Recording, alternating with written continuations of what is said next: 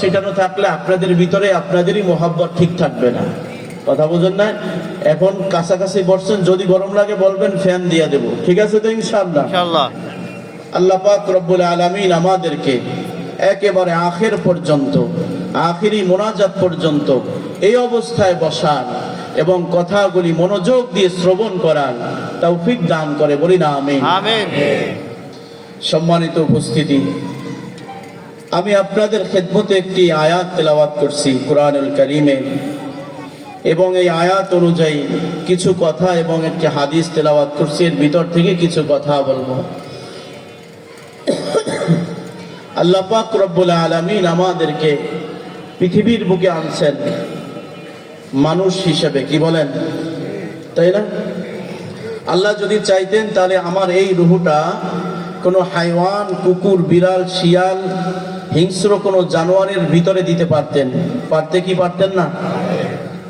তাহলে আমরা ওই রকমই থাকতাম, পৃথিবীর ঘৃণিত এক মাখলুক হিসেবে থাকতাম, তাই না ভাই?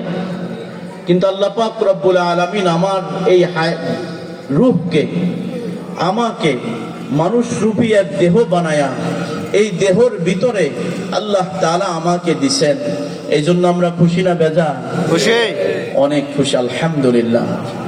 তো শুধু খুশি না, এই জন্য কি আল্লাহ তাআলার কাছে আমরা কোনো আবদার করছি যে আল্লাহ আপনি আমাকে মুসলমান হিসেবে বানায়েন, মানুষ রূপী এক দেহর ভিতরে দিয়েন? আবদার করছি? শুধু তাই না, মানুষই তো শুধু না, আমরা শুধু মানুষই না, হিন্দুও তো মানুষ, কি বলেন?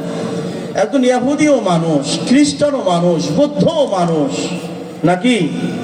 যদি এরাও মানুষ, মুসলমানও মানুষ, কিন্তু তাদের ভিতর থেকে একটু আলাদা, তাদের ভিতর থেকে আলাদা। আমরা হলাম মিল্লাতে ইব্রাহিম, আলহামদুলিল্লাহ বলি। আলহামদুলিল্লাহ। আমরা মুসলমান জাতি, সবচেয়ে সত্য ধর্মের জাতি।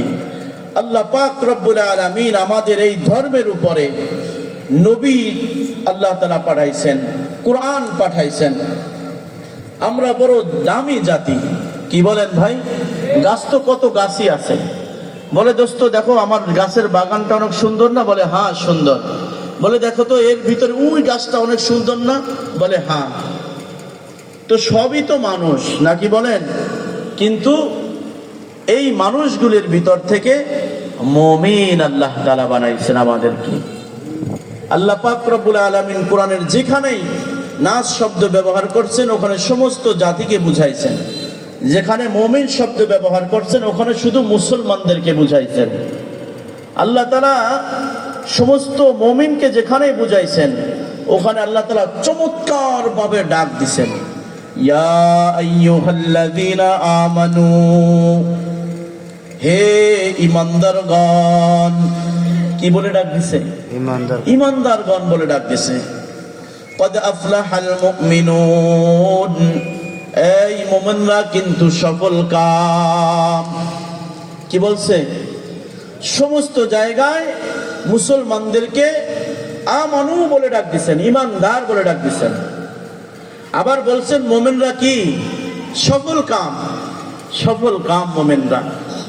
মুমিন বলে ডাক দিছেন, আমানু ঈমানওয়ালা বলে ডাক দিছেন।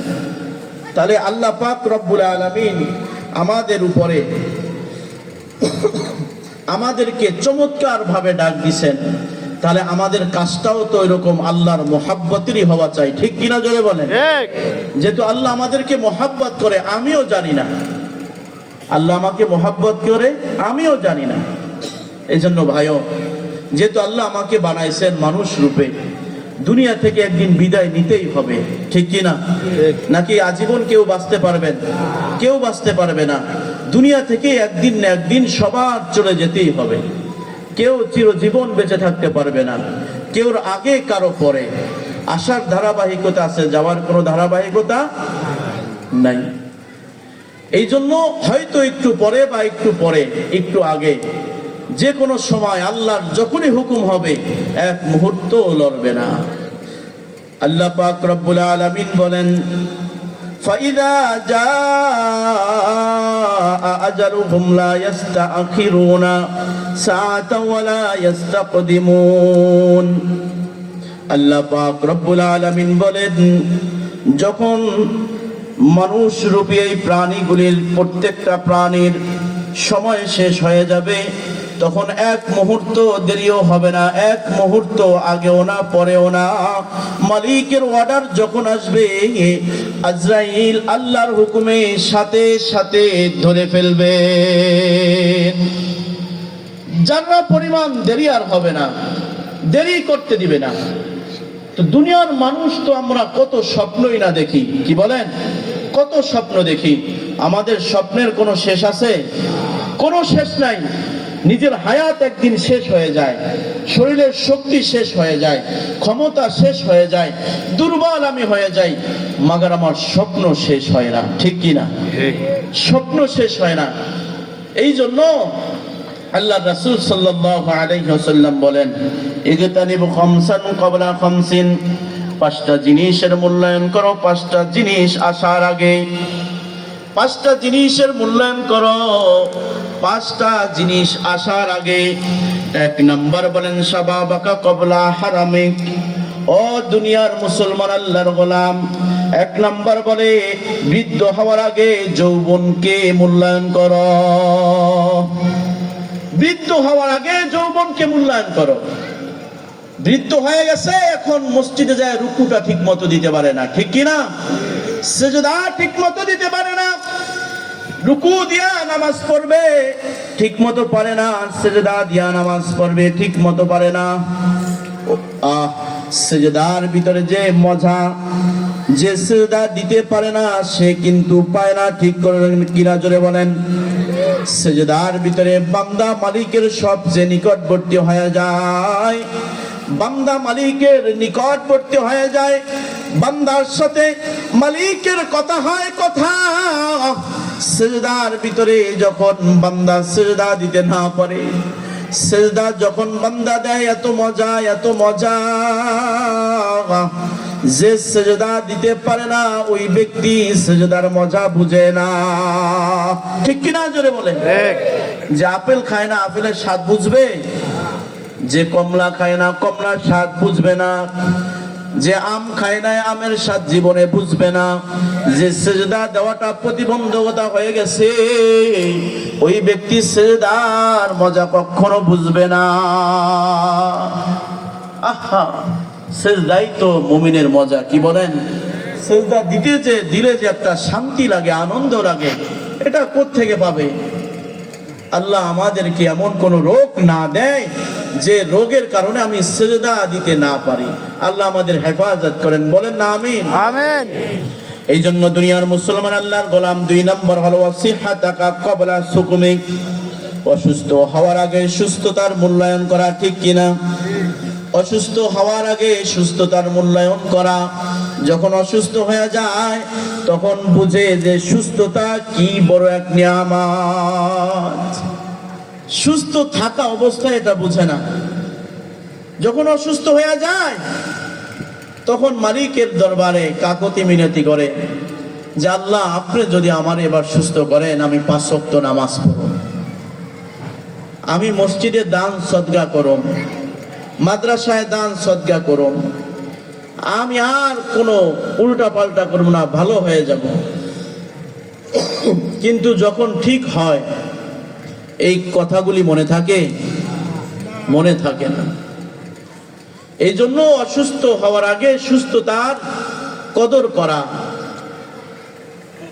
এই 5টা জিনিসের দিকে খেয়াল রাখা। 3 নম্বর আল্লাহ রাসূল বলেন ওয়াগিনাকা ক্বাবলা ফাকরিক, দরিদ্র হওয়ার আগে সম্পদের মূল্যায়ন করা। 4 নম্বর বলেন ওয়াফারাগাকা ক্বাবলা শুগলিক, ব্যস্ত হওয়ার আগে অবসর সময়কে মূল্যায়ন দেওয়া। যখন ব্যস্ত হয়ে যাবেন তখন ইচ্ছা করলেও 2 রাকাত নামাজ পড়তে পারবেন না, অতিরিক্ত নফল নামাজ, ঠিক কিনা? এখন অবসর আছেন, বয়া রয়েছেন, 2 রাকাত নামাজ পড়েন, জিকির করেন। অন্যের দোষ নিয়ে চর্চা করেন না, এটা তো আমাদের স্বভাব। গীবত, অন্যের বয়া রয়েছেন, পাওয়ার একজন আর গীবত করতেছেন, খুব মজা পাইতেছেন, আপনার আমল নামা ভারী হইতেছে, গুনাহগার হয়ে কবরে যাইতেছেন, গুনাহ কামাইতেছেন। এই জন্য অবসর থাকা অবস্থায় যখন সময় থাকে, ব্যস্ততা হওয়ার আগে এই সময়ের মূল্যায়ন দেওয়া, মূল্যায়ন করা। আল্লাহর হাবিব সাল্লাল্লাহু আলাইহি ওয়াসাল্লাম 5 নম্বরে বলে, ওয়া হায়াতাকা ক্বাবলা মাউতিক, মৃত্যুর আগে তোমার হায়াতি জিন্দেগির বড় মূল্যায়ন করো। দুনিয়ার ভিতরে কে কখন মারা যাবে কেউ জানে না, কখন কে দুনিয়া থেকে চলে যাবে কেউ জানে না, কেউ জানেনি, জোরে বলেন। তাহলে আজকে যে লোকটা মারা গেছে, কালকে এক ওয়াক্ত, গতকালকে এক ওয়াক্ত নামাজও ছাড়তো না, খাওয়া দাওয়া তো দূরের কথা, সিজদায় পইরা থাকতো, ঠিক কিনা জোরে বলেন। কিন্তু দুনিয়ার মুসলমান, আল্লাহর গোলাম, আল্লাহ পাক রব্বুল আলামিনের হাবিব এই জন্য বলেন, ও আমার উম্মত, খবরদার, সাবধান সাবধান, যখন মৃত্যু হয়ে যাবে তখন তো আর কিছুই থাকবে না। এই জন্য তোমার হায়াতি জিন্দেগিতে তুমি সময়টাকে বড় কাজে লাগাও। হায়াতি জিন্দেগির সময়টাকে দেখো, জিন্দেগিটাকে বন্দেগিতে পরিণত করতে পারো কিনা। যদি জিন্দেগিকে বন্দেগিতে পরিণত করা যায়, এই জিন্দেগির প্রত্যেকটা মুহূর্তের, সেকেন্ডের দাম স্বর্ণের চেয়েও বেশি হবে। সুবহানাল্লাহ। এই জন্য খুব সতর্কতার সাথে নিজের জিন্দেগিকে চালানো, এই 5টা কাজ করা 5 সময়ের আগেই, 5টা মুসিবত হওয়ার আগেই। অগিনাকা ক্বাবলা ফাকরিক, দরিদ্র হওয়ার আগে সম্পদের মূল্যায়ন করা। আমরা তো সম্পদের মূল্যায়ন করি, ব্যাংকে জমা কইরা রাইখা দেই, কথা বলেন ঠিক কিনা। শুধু কিভাবে একটা জমি কিনছি আর একটা কিনা যায় এই চেষ্টাই তো করি, না কইলো কেনা, এত ভালো মানুষ মাশাআল্লাহ। 5 তলা বিল্ডিং হয়ে গেছে, উপরের রড গুলি দাঁড় করায় রাখে, 6 তলা করবে টাকা হইলেই, ঠিক কিনা জোরে বলেন। বিল্ডিং দিছে 5 তলা, 2 তলা ফাউন্ডেশন করছে, বাকিগুলি দাঁড় করায় রাখছে, করবে। দুনিয়াটা খুব ভালো বুঝি, একটা বিষয় বুঝবেন, এই দুনিয়ার ভিতরে 60-70 বছরের জিন্দেগি, ঠিক কিনা জোরে বলেন। বর্তমানে মিলাইলাম 60-70 বছরের বেশি সাধারণত কেউ বাঁচে না, খুব কম। এই জন্য ঘরে যদি 60-70 বছর ধরা হয়, তাহলে একজন মানুষ 60-70 বছর চলার জন্য ব্যাংকে কোটি টাকা রাখে কি রাখে না জোরে বলেন। বাড়ি কয়েকটা করে কি করে না জোরে বলেন। ভালো করে কথাগুলি বুঝবেন বাবাজিরা। জায়গা জমি সয় সম্পত্তি করে কি করে না জোরে বলেন। সব কিছু করে কয় বছর বাঁচার জন্য? 60-70 বছর বাঁচবে এই জন্য।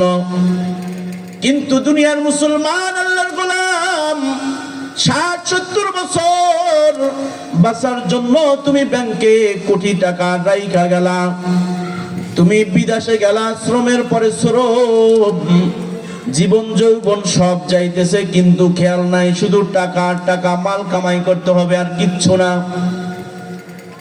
এমন অবস্থায় দেশে ফিরে আসে, তখন অকেজো হয়ে যায়, হাঁটতেও পারে না, চলতেও পারে না, লড়তেও পারে না, খাইতেও পারে না, ঠিক কিনা জোরে বলেন। অসুস্থ হসপিটালের বেডে পড়ে থাকে।